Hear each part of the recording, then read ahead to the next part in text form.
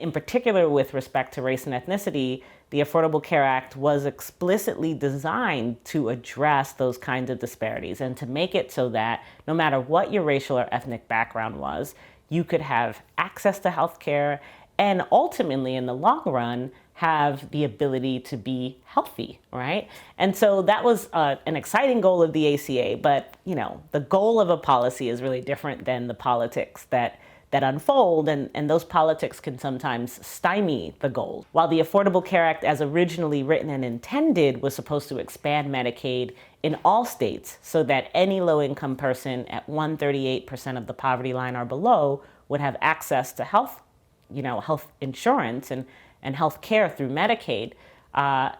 What happened as the political process unfolded is that a variety of states did not like that and didn't want to do it.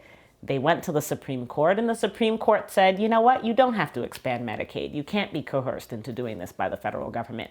I'm not saying that all the states that didn't expand Medicaid did so because they were sort of intentionally trying to be racist.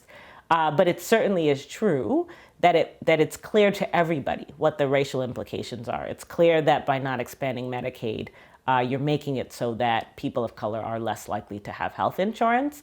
And so I think the issue is the larger structure of our politics, not so much the way that the law was written itself, at least not with respect to the Medicaid expansion. The ACA was pretty, it was a lot. It's not like the ACA was just an incremental baby step. It was somewhere between like tiny and incremental and total radical transformation.